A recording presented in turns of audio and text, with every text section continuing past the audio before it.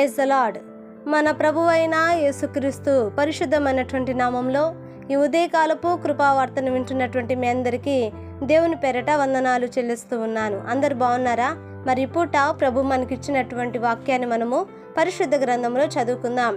సమూయేలు మొదటి గ్రంథము 12వ అధ్యాయము 22వ వాక్యాన్ని చదువుదాం. సమూయేలు మొదటి గ్రంథము 12వ అధ్యాయము 22వ వాక్యాన్ని చదువుదాం.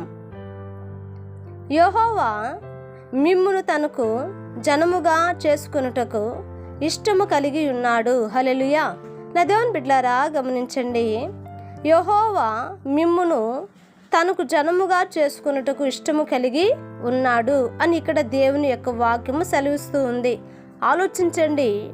తన జనముగా ప్రభు మనల్ని చేసుకున్నాడు అనేది ఈ వాక్యంలో స్పష్టంగా తెలియపరచబడుతుంది. ఆయన మనలను తన జనముగా చేసుకున్నాడట.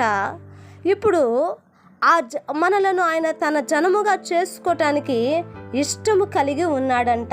దేవునికి మహిమ కలుగునుగాక.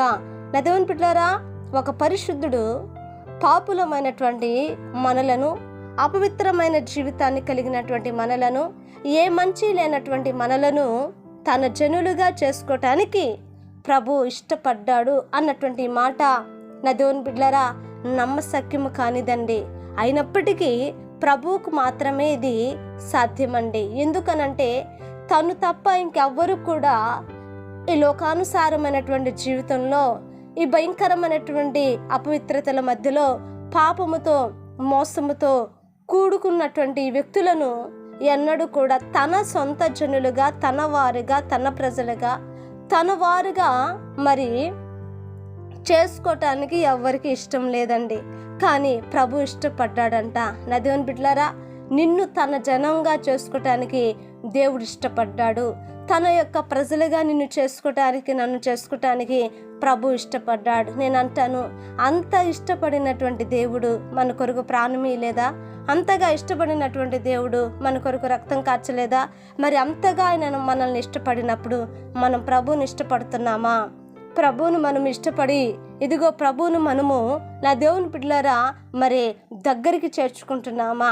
ఆయన మన దేవుడుగా ఆయనను మనము ఇష్టపూర్వకంగా మనము ఆయన యొక్క మనసును మనం ఎరిగి నడుచుకుంటున్నామా అనేది మనం ఆలోచించాలండి. కనుక నా దేవుని బిడ్డలారా, ప్రభు మనల్ని ఇష్టపడినట్లుగా మనం కూడా దేవునిని హృదయపూర్వకంగా ఆయనను ప్రేమించే వారిమిగా, ఆయనను ఆరాధించే వారిమిగా, ఆయన వైపు మనము ఇదిగో నడిపించబడే వారిమిగా ఉండాలనేనని ఒక చిన్న ప్రార్థన చేద్దాం.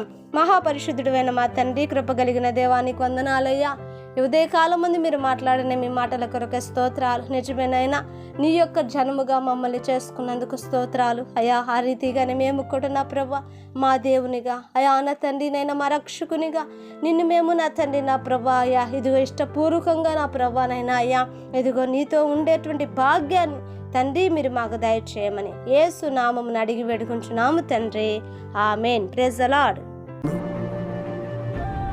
దేవుని కృప మీకు తోడై ఉండును కాక.